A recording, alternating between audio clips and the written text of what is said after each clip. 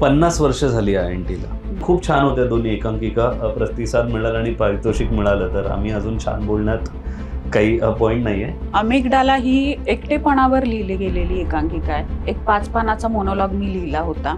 ते तिच्या आयुष्यात जो रोमॅन्टिक हिरो येतो किंवा तर मी म्हटलं असं गुड कोणीतरी आलं तर. ऍक्च्युली शेतकरी आता संपूर्ण महाराष्ट्राचा एक मोठा विषय आहे. त्यांना जेव्हा अनुदान हवं असतं आणि ते मिळत नाही, मध्ये किती प्रॉब्लेम्स असतात, तर ह्या विषयावर आमची एकांकिका आहे. पहिला प्रश्न की तुमच्या घरी जेव्हा कळलं तुम्हाला प्राइज मिळालंय का, तुम्ही जिकडे ऑफिस वगैरे, काय रिॲक्शन होती? आई म्हणाली ठीक आहे, पण हाऊसफुल झाला होता ना प्रयोग.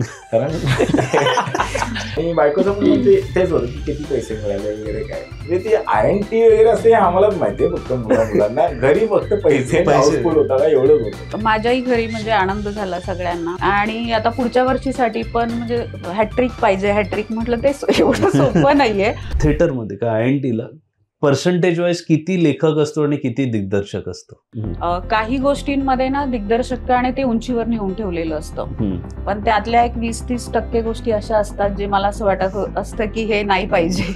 बऱ्याच असं होतं की रायटरचं एक वेगळं व्हिज्युअल असतं, आमचं दोघांचं एक वेगळं व्हिज्युअल असतं, आणि सेम नोटला जोपर्यंत येत नाही तोपर्यंत आम्ही त्या पुढे जात नाही. पहिल्यांदा INT बघितलं, काय तुमच्या मनात आलं? मला खरं तर माहित पण नव्हतं INT काय असतं. जेव्हा युथ फेस्टिवल केलं ना तेव्हा आम्हाला कळलं की INT नावाची स्पर्धा असते. महाविद्यालयाची ही INT कॉम्पिटिशन आहे.